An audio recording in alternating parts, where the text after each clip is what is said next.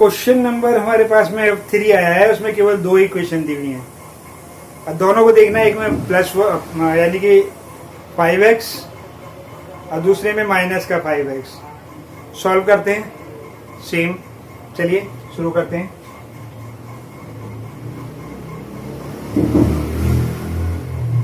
y equals two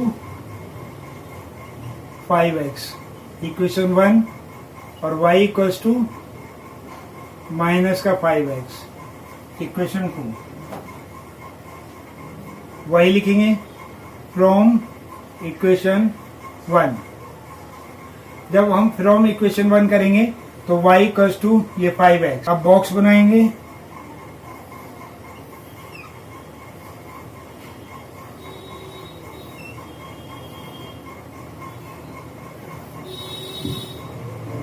points हो गया, x हो गया, y हो गया, कोऑर्डिनेट्स हो गया। यहाँ पर a हो गया, b हो गया, c हो गया। तो हम क्या काम करते हैं, इसमें वैल्यू रख लेते हैं 1 2 3 ऐसे करके इसमें एक वैल्यू रख लेते हैं। तो फर्स्ट ले लिया हमने। यदि x इक्वल्स टू हमने 1 रखा तो y equals to 5 into 1 equals to 5 हो गया। दूसरी इक्वेशन ली हमने, x इक्वल्स टू हमने 2 रखा तो y इक्वल्स टू हो गया 5 इंटू 2। तो ये कितना होगा हमारे पास में, ये 10 हो गया। तीसरी इक्वेशन अब हमने ली, तीसरा लिया तो हमने क्या करा, x इक्वल्स टू माइनस का 1 रख दिया। तो y इक्वल्स टू कितना हमारे पास में 5 इंटू माइनस 1। ये कितना हो जाएगा, माइनस का 5। अब यहाँ से 1 रखा था तो ये 5 हो गया, ये 2 रखा था तो ये 10 हो गया, ये माइनस 1 रखा था तो ये माइनस का 5 हो गया। ठीक है, कोऑर्डिनेट्स हो गए 1 और 5, यहाँ कोऑर्डिनेट्स हो गए 2 और 10, और यहाँ कोऑर्डिनेट्स हो गए माइनस का 1 और माइनस का 5। तो चलो अब इसे ग्राफ पर शो कर देते हैं। चलो अब इसे ग्राफ पर शो कर देते हैं।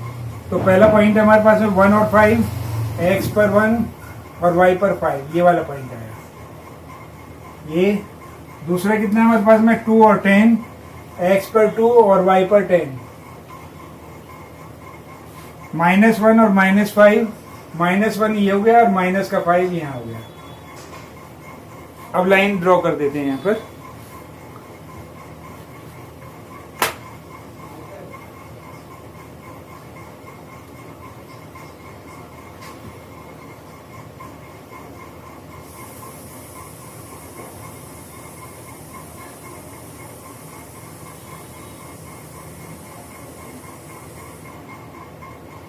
y इक्वल्स टू 5x और ये वैल्यू होगी हमारे पास में, ये वाली वैल्यू होगी हमारे पास में a, ये वाली वैल्यू हो गई b और ये वाली वैल्यू होगी हमारे पास में c। यह तक क्लियर हो गया।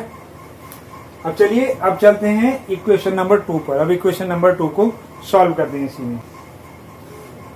फ्रॉम इक्वेशन 2 तो y इक्वल्स टू माइनस का 5 इंटू एक्स हो गया। बॉक्स बना लिया हमने।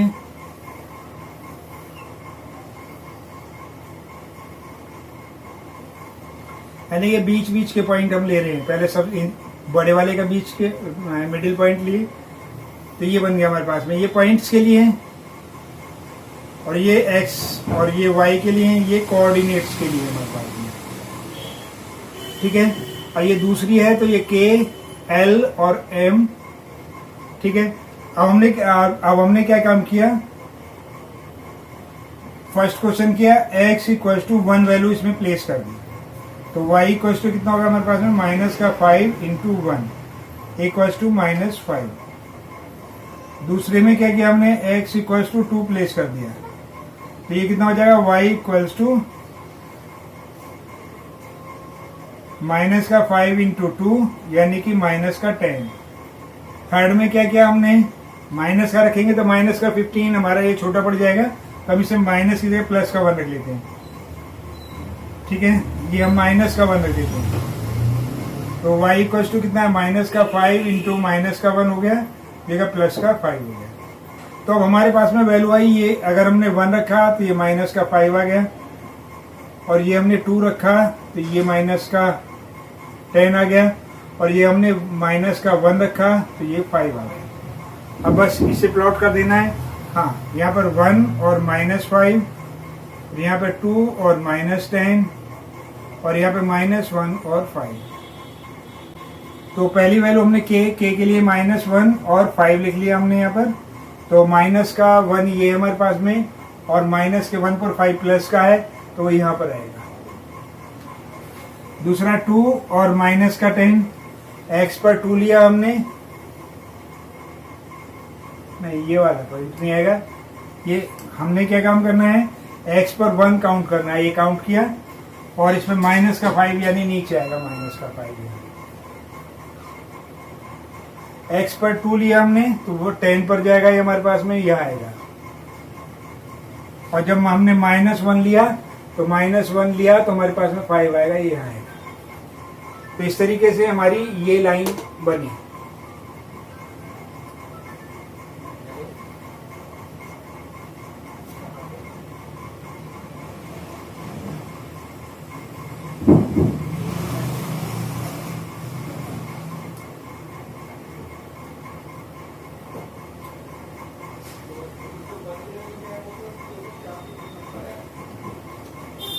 और ये वैल्यू होगी हमारे पास में, इधर की वैल्यू हमने के रखी, ये एल हो गई और ये एम हो गई।